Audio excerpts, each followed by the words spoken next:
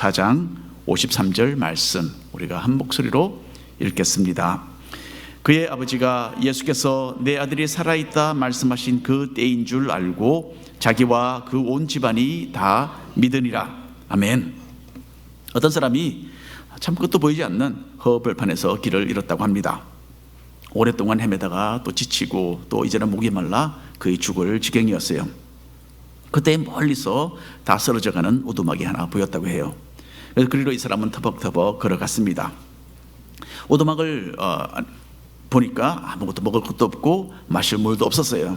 다만 오두막 바깥뜰에는 물 펌프가 하나 서 있었다고 합니다. 가까이 가보았더니 펌프에는 손잡이에 작은 물통이 하나 매달려 있었대요.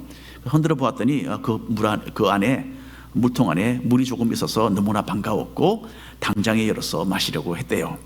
근데 그때 그 물통에 작은 쪽지가 하나 달려있는 것을 보고서 읽었는데요, 이 물을 먼저 펌프에 부어야 물이 나옵니다 라는 내용이 적혀 있었다고 합니다.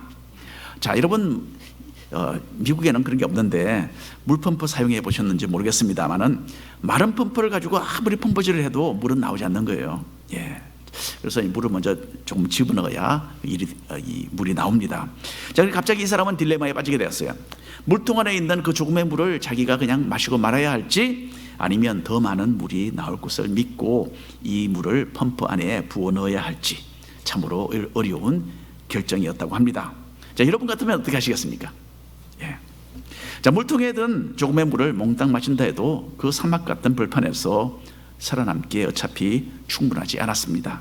그래서 이 사람은 그 물을 펌프에 붓고 펌프질을 하기 시작했습니다.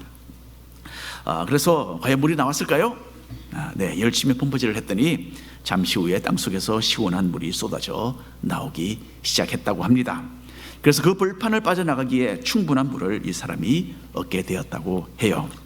자, 이 사람에게 요구되었던 것은 무엇입니까? 믿음이었어요. 믿음. 쪽지에 적혀 있는 내용을 믿고 펌프에 그 마중물을 다 부어 넣어서 자신의 모든 것을 걸었기 때문에 이 사람은 물을 넣고 살아남을 수가 있었습니다. 여러분, 우리에게도 이런 믿음이 요구됩니다. 광야와 같은 이 세상을 우리가 살아가면서 눈앞에 보이는 것만을 위해서 살게 되면요, 잠시는 좋을 것 같아도 결국에는 불행한 결과를 그대로 드리게 됩니다. 하지만 복음의 말씀을 믿고 예수님께 우리의 모든 것을 걸 때에, 우리의 인생을 주님께 걸 때에 우리는 참으로 영생하는 샘물을 넘치도록 얻게 되는 겁니다. 오늘 말씀을 통해서 이런 참된 믿음의 의미를 우리 모두가 새롭게 발견하게 되기를 바랍니다. 자, 믿음에는 여러 단계가 있어요. 때로는 한두 단계를 거쳐서 참된 믿음에 이르게 되는 경우가 있습니다.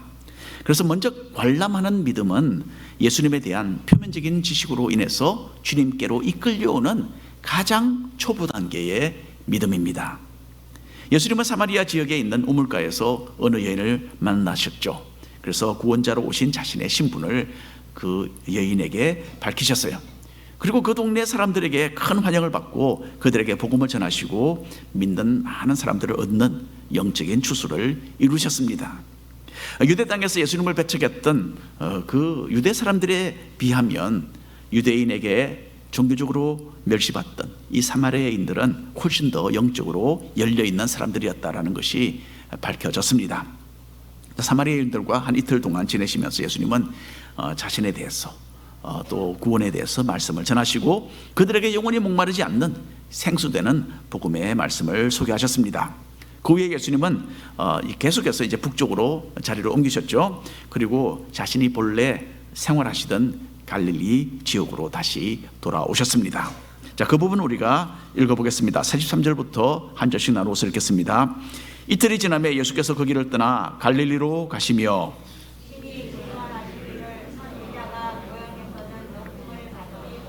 함께 읽겠습니다. 갈릴리에 이르시매 갈릴리인들이 그를 영접하니 이는 자기들도 명절에 갔다가 예수께서 명절 중 예루살렘에서 하신 모든 일을 보았음이더라.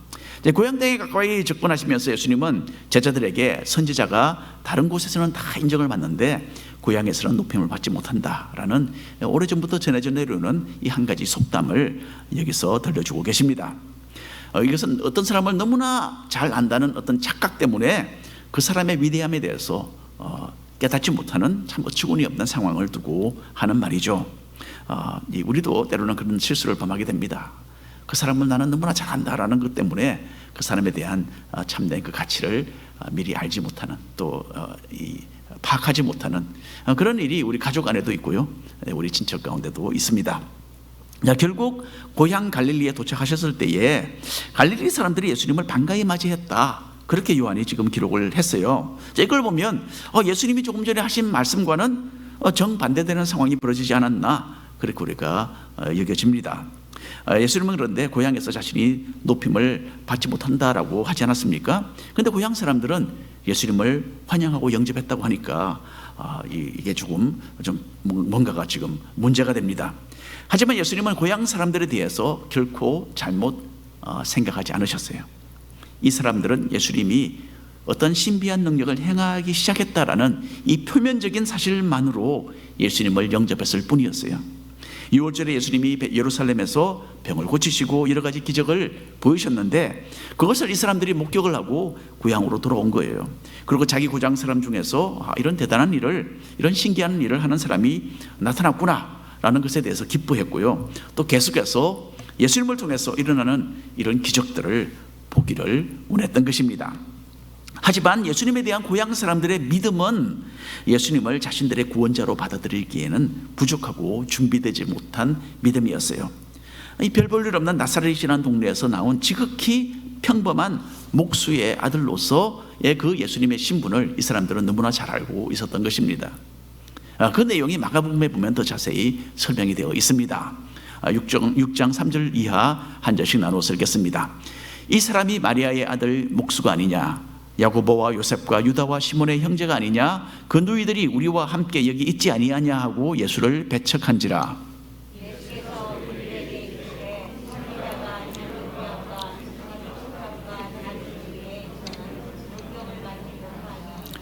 거기서는 아무 권능도 행하실 수 없어 다만 소수의 병자에게 안수하여 고치실 뿐이었고, 이 고향 사람들은요, 예수님이 행하시는 기적을 보기는 원했습니다.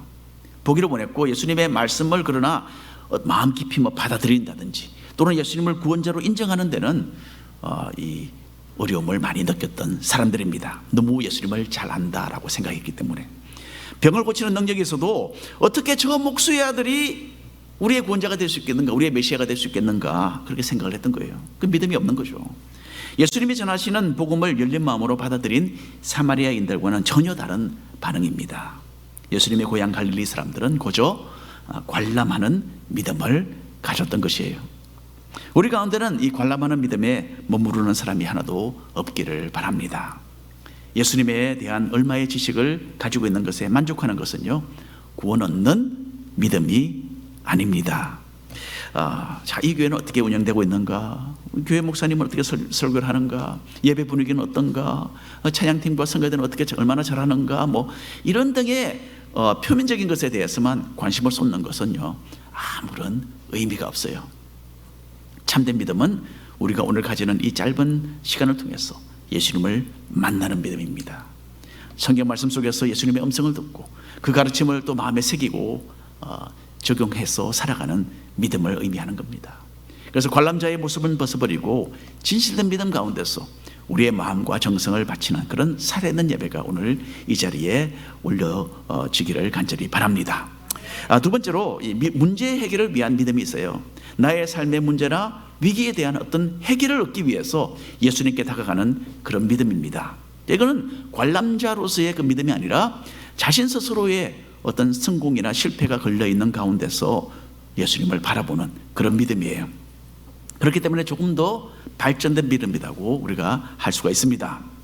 요한복음 4장 마지막 부분에서 우리는 이 왕궁에서 왕을 보좌하는 어느 신하에 대한 이야기를 접하게 됩니다. 이 사람이 어떻게 해서 예수님을 만나게 되었는지, 또 그리고 그 후에 그에게 어떤 변화가 찾아왔는지를 보면서 우리는 신앙에 대한 좀 새로운 이해를 얻게 되는 겁니다. 이 이름 모를 신하의 이야기를 둘러싸고 우리는 믿음에는 조금 몇몇 단계가 있다라는 것을 새롭게 느끼게 돼요. 초보적인 신앙에 머물러 있는 사람도 있고요, 조금 더 깊은 믿음으로 성장하는 사람도 있습니다. 이 신앙가 밟았던 믿음의 단계들은요, 예수님을 따르는 우리에게도 좋은 모본이 됩니다. 그래서 우리 또한 계속해서 발전하는 그런 신앙의 단계들을 밟아나가고, 그래서 우리의 신앙이 더욱더 성장하게 되기를 바랍니다. 46절 47절 말씀입니다. 한 절씩 나누어서 읽겠습니다. 예수께서 다시 갈릴리 가나에 이르시니 전에 물로 포도주를 만드신 곳이라. 왕의 신하가 있어 그의 아들이 가버나움에서 병들었더니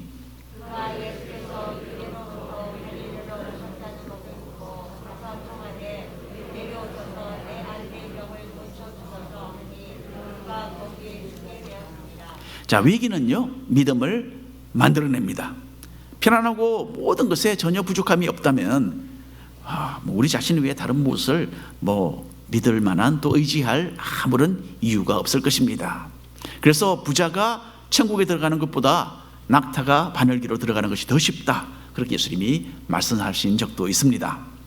아마도 이 사람은 귀족 출신에다가 재산도 있었을 것입니다. 그 평소에 별로 아쉬운 것이 없었겠죠. 그렇기 때문에 또 왕의 더 높은 지위를, 또 신하의 지위를 얻을 수 있었을 것입니다.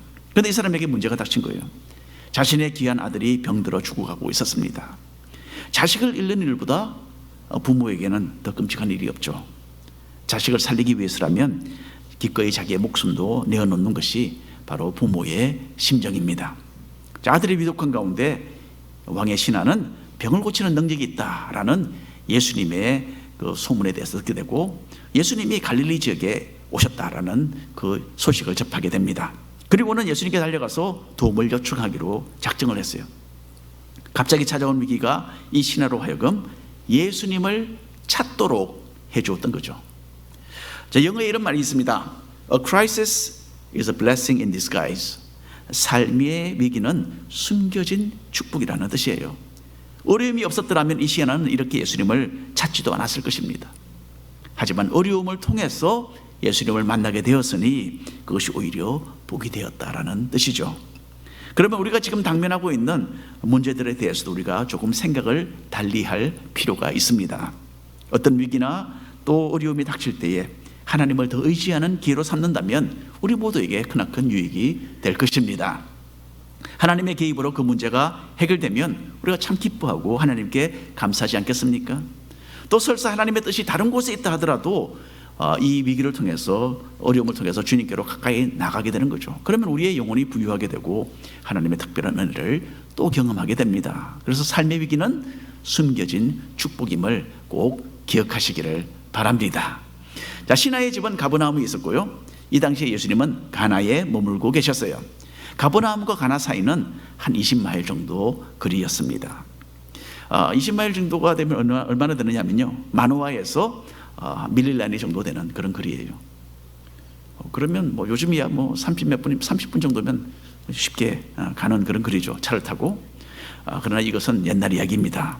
언덕과 산을 이렇게 지나가야 하기 때문에 몇 분 만에 한두 시간 만에 갈 수 있는 그런 거리가 아닙니다.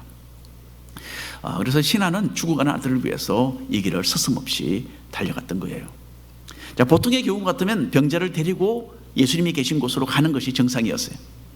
누구든지 그렇게 했을 것입니다. 그런데 이 아버지는 그렇게 하지 않고 아들을 집에 두고 자신이 예수님을 모시러 갔어요. 그만큼 아들의 상태가 심각했다라는 뜻입니다.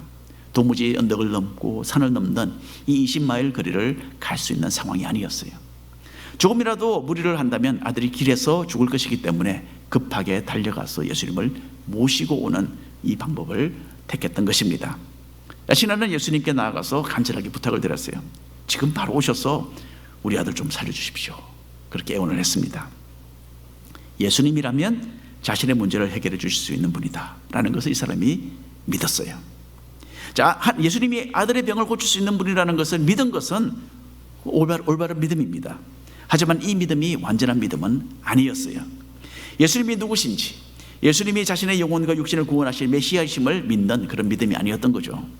기적적인 능력으로 병든 사람 만져서 낫게 하시는 분이다, 그렇게만 믿었던 거예요. 이 믿음도 물론 구원 얻기에 충분한 믿음은 아니었습니다. 저는 인도에서 사역을 하면서 선교사로 이런 믿음을 많이 보았습니다. 가정의 문제, 또 어떤 질병으로 시달려서 예수님을 의지하고 교회 성도들의 기도를 받는 인도 사람들이 있습니다. 그런데 그 문제가 해결된다면 병이 낫는다든지, 또 하나님께서 그렇게 역사하시잖아요, 그렇죠? 병이 낫고 그렇게 되면 자기들이 이전에 믿던 힌두교로 그냥 쉽게 다시 돌아가는 것을 제가 많이 봤어요. 분명히 힌두교에서는 불가능했던 것을 예수님의 이름으로 해결받았다라는 것을 자기들의 입으로 인정을 해요.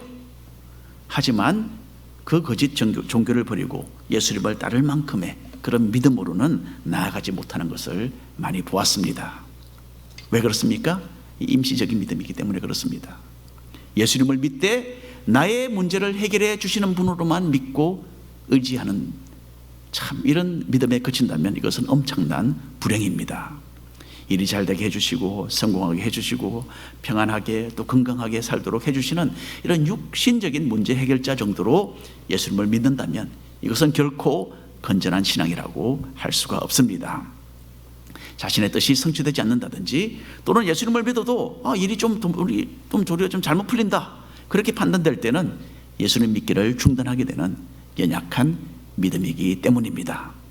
자, 여러분, 그래서 관람하는 믿음이 있고요, 문제 해결을 위한 믿음이 있는가 하면 구원받는 참된 믿음도 있습니다. 옛날 한국에는 구경거리가 없었어요. 요즘에는 어린아이도, 작은 어린 몇 달 된 작은 아이도 이 셀폰을 보면서 그렇게 재미있게 시간을 보내잖아요. 그런데 옛날에 여러분 어렸을 때 생각해 보십시오. 한국에서 성장할 때에 구경거리가 없었어요. 70년대만 해도 TV는 부잣집에만 있었습니다. 저희 집에는 물론 TV가 없었고요.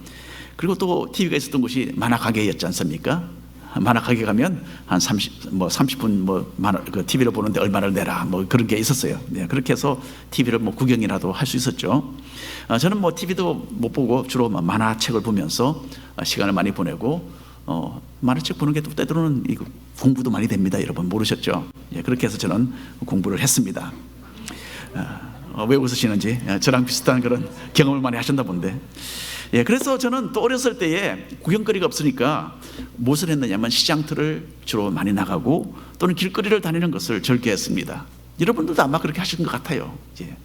바깥을 돌아다니다 보면 여러 가지 구경거리가 많이 있고 구경을 할 수 있는 그런 기회가 있죠. 특별히 길거리에서 가끔 열리는 차력시범, 예, 정말 재미있고 시간 가는 줄 모르게 그렇게 구경을 했습니다. 한 번은 어느 벙어리 아저씨가 이 시범을 보여주는 거예요. 무술 시험이죠. 시범을 딱 보여주는데 이 맥주병을 하나를 딱 세워놓고요, 그리고는 그 위에다가 다른 맥주병을 딱 세우더라고요. 맥주병이 2개가 있죠. 1층, 2층입니다. 그리고는 이 맥주병을 당수로 부수는, 박살을 내는 그 시범을 제가 보게 되었어요. 아저씨는 정말 알아듣지 못할 벙어리 말로 막 크게 기합을 주더니 와봐봐 하더니 먼저 손날로 아래에 세우던 병을 탁 치는 거예요. 그런데 그때는 이 안전이나 그런 것도 별로 사람들이 생각하지 않았던 것 같아요. 그걸 치니까 막 사람들이 앉아 있는데 그게 박살이 나는 거예요. 그래서 맥주병이 박살이 나고 아래에 있는 병이, 그리고 이제 위에 있는 병이 이제 내려오잖아요. 떨어지는데 그 바로 다음 순간에 번개같이 그 위에 있는 병도 손으로 때려서 박살을 내는 것을 제가 보았습니다. 예, 공중에서. 예. 자, 그래서 그날은 하루 종일 머릿속에 온통 그 벙어리 아저씨에 대한 생각으로 가득했어요. 얼마나 연습을 해야지 그렇게 할 수 있을까. 옛날에 여러분 부엌에는 이 기름병이 있었잖아요. 기름병 기억나십니까? 그거 하나 세워놓고 해봤는데 제 손만 아프더라고요. 예. 또 한 번은 우통을 벗은 아저씨가 두동강 난 차돌이 막 땅에 널려져 있는데 다 두동강이 났어요. 그리고 차력 시범을 보여주고 있는 거예요. 그래서 가만히 보니까 그런데 이 사람은 가짜예요. 가짜. 차력을 한답시고 사람들을 많이 모아놓고는 약을 파는 거예요. 예, 한번 잡숴보시라고. 배 아플 때도 먹고, 머리 아플 때도 먹고, 무좀이 바르면 거기다 바르면 되고, 이런 만병통치약을 팔고 있었습니다. 그 약장수 아저씨는 새 덩어리 위에 차돌을 탁, 둥근 차돌을 이렇게 올려놓고는 당수로 그들을 막 부수는 포즈를 계속 취하는 거예요. 그런데 그 돌은 부수지 않고 자꾸 이런 말 저런 말을 하면서 이렇게 약만 계속 파는 거예요. 지금 생각해 보면 가짜 약이 틀림이 없는데 그때는 사람들이 참 순진했던 것 같아요. 그걸 사가는 거예요. 예. 물론 제일 먼저 돈을 내고 사가는 사람은 미리 서로 짜고서 바람잡이 노릇을 하는 같은 패거리죠. 예. 근데 그때는 약장수들이 또 아이들은 가라 뭐 이렇게 한 번씩 이야기를 해요. 쫓아보내 아이들을. 왜 그렇게 말을 해야 하는지 저는 이해를 못했습니다. 아이들이 좀 보면 안 되나? 예. 지금은 이해가 돼요. 그렇게 쇼를 한 목적은 약을 파는 일이죠. 아이들이 약을 살 리가 없죠. 아이들은 또 그게 계속 지켜보면서 이 가짜라는 걸 다 아는 거예요. 예. 그래서 아이들을 저리 멀리 가라고 그렇게 이야기를 합니다. 저는 가라고 엄포를 놔도 저는 잠시 도망갔다가 다시 슬그머니 와서 도대체 저 돌을 언제 부술까 구경을 했습니다. 사람들은 몰려들어서 우르르 이렇게 서서 보고 때로는 약을 사가기도 하고 또 때는 무슨 기다리다가 뭐 안 하니까 또 떠나가기도 하고 아무리 기다려도 결국은 그 맨손으로 돌을 깨뜨리는 것을 제가 보지를 못했습니다. 이 사람은 가짜였어요. 파는 약도 가짜 약이었어요. 자, 많은 사람들이 예수님께로 몰려와서 예수님이 하시는 기적들을 보고 구경을 했습니다. 제가 어렸을 때 보았던 그 약장수와는 반대로 예수님은 진짜였어요. 예, 진짜 기적을 행하셨어요. 그리고 그 약장수는 가짜 약을 팔았지만은 예수님은 사람의 영혼을 고치는 진짜 약을 공급하고 계셨습니다. 복음의 말씀이죠. 자, 예수님께서 기적을 행하시던 것에는 정말 중요한 이유가 있으셨어요. 기적 그 자체만을 위해서 기적을 행하시지 않으셨어요. 물론 사람들을 불쌍히 여기시고 기적을 베푸셨던 것이 사실입니다. 하지만 이보다 더 큰 목적이 있으셨어요. 예수님은 자신이 행하는 기적을 통해서 사람들이 예수님이 누구신지 또 예수님이 전하시는 복음의 말씀을 믿게 되기를 원하셨던 거예요. 그래서 요한복음을 기록한 예수님의 제자 사도 요한은 간혹 예수님의 기적을 다른 말로 표현을 합니다. 기적이 아니라 표적이라고 그렇게 표현을 했어요. 이런 기적을 행하시는 예수님을 믿고 의지하면 구원을 받아서 영원한 생명을 소유하게 된다라는 의미예요. 그래서 예수님이 기적을 행하시는 것을 하나의 증거로, 하나의 표적으로 그렇게 소개를 합니다.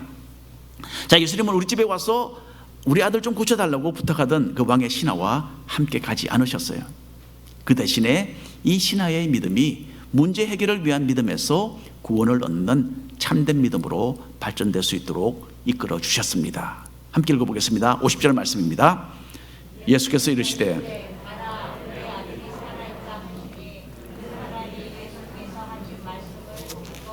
예, 감사합니다. 내 아들이 살아있으니 돌아가라 라고 하시는 예수님의 말씀에 신하는 하나의 딜레마에 빠집니다. 자신의 생각에는 예수님이 꼭 함께 자기 집으로 오셔서 아들을 만져주시고 안수해서 그렇게 해야만 나을 것 같았어요. 게다가 내 아들은 살아있으니 집으로 가라 라는 말은 너무 막연한 거예요. 예수님의 말씀은 별로 성의가 없는 것처럼 들리기도 했을 것입니다. 자, 신하는 예수님의 말씀 그대로 집으로 자기가 홀로 터벅터벅 돌아가야 할 것인지 아니면 제발 저와 함께 가십시다 라고 예수님께 계속 때를 써야 할 것인지 여기에 대한 결정을 내려야 했습니다. 예수님의 말씀대로 하자니까 정말 막연했을 겁니다. 반대로 병든 아들이 있는 집으로 예수님을 모시고 가려고 계속 때를 쓰는 것은 또 다르게 보면 예수님을 믿지 못하는 것을 스스로 드러내는 것이죠. 이렇게 할 수도 없고 저렇게 할 수도 없고 아마 좀 그런 어려움이 있었을 겁니다. 예수님은 병든 사람을 만지심으로 많이 낫게 하셨고요. 또는 그 앞에 서셔서 말씀으로 명하셔서 병을 낫게도 하셨습니다. 그런데 여기서 예수님은 20마일이라는 이 대단한 거리를 초월해서 자신의 뜻대로 인간의 생명을 연장시키는 그런 존재로서의 자기 자신을 이 왕의 신하에게 제시하셨어요. 이런 나를 믿으라라는 거죠. 왕의 신하는 예수님의 말씀을 받아들이고 순종하기로 결정을 합니다. 51절부터 우리가 한 절씩 나눠서 읽겠습니다. 내려가는 길에서 그 종들이 오다가 만나서 아이가 살아있다 하거늘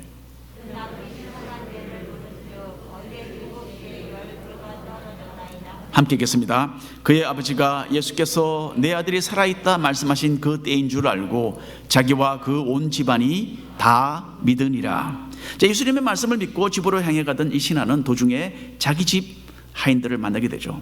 주인의 아들이 나와서 다시 이제 다 회복되고 있기 때문에 이제는 염려하지 마십시오 라고 주인을 찾아서 종들이 이 소식을 전하려고 길을 나섰던 겁니다. 자, 주인은 당연히 언제 아들이 낳기 시작했느냐 물어봤겠죠. 바로 그 시간이 예수님께서 바로 말씀하신 그 시간이었다라는 것을 이 사람이 깨닫게 돼요. 자신의 위독한 아들을 고쳐달라라는 왕의 신하에게 주님은 그냥 기적이 아니라 한 가지 표적을 보여주신 겁니다. 그냥 병고침을 받는 것으로 끝나는 것이 아니라 예수님을 믿고 그 말씀을 따라야 할 한 가지 이유를, 중요한 이유를 제시해 주셨던 거예요. 예수님은 이 땅에 오신 하나님의 아들로서 20마일이나 떨어진 곳에서도 인간의 생명을 좌우할 수 있고 자신의 뜻대로 주관할 수 있는 분이심을 보여주신 것입니다. 자, 이 사건으로 인해서 왕의 신하는 문제 해결의 믿음에서 구원 얻는 믿음으로 옮겨갔습니다. 그리고 자기의 모든 집안 식구들과 함께 예수님을 다 믿게 되었다라고 합니다. 예수님께서 하나님의 아들이시요 사람들을 죄에서 구원하시는 구원자이심을 믿고 전심으로 주님을 따르는 제자가 되었습니다. 오늘 결론의 말씀을 드립니다. 여러분, 믿음에는 단계가 있어요. 관람자로서 예수님을 관찰하고 또 예수님에 대한 피상적인 지식만을 유지하는 것은 구원 얻는 믿음이 아닙니다. 또 문제 해결을 위한 일시적인 믿음도 있습니다. 어려운 문제는 우리를 겸손하게 만들죠. 그러므로 삶의 위기는 하나님을 찾도록 인도하는 숨겨진 축복입니다. 하지만 문제 해결의 믿음에 머물러 있는 것은 만족스러운 일이 아닙니다. 문제가 해결되면 없어질 수도 있는 연약한 믿음입니다. 참된 믿음은요, 자신의 육신적인 생각을 하나씩 내려놓고 말씀을 의지하여서 예수님께 자기의 인생의 전부를 거는 믿음입니다. 예수님은 우리에게 구원의 길을 제시하는 말씀이라는 쪽지를 남겨두셨어요. 주님은 마치 마중물을 펌프에 부어넣듯이 우리의 모든 것을 자기에게 걸라라고 말씀하십니다. 우리의 주장, 우리의 의견, 우리의 욕심, 우리의 육신적인 생각들을 주님의 발 앞에 내려놓는 것이 참된 믿음입니다. 이렇게 내 자신을 잃어버리는 순종의 삶은 어떻게 보면 큰 손해같이 느껴지는 것이 사실이에요. 하지만 이렇게 하는 것이야말로 영원한 생명과 진정한 삶의 만족을 얻게 하는 유일한 길입니다. 이런 참된 믿음이라는 이 목표를 향해서 열심히 달려가는 우리 한 사람 한 사람 되기를 간절히 바랍니다. 기도하겠습니다. 주 하나님,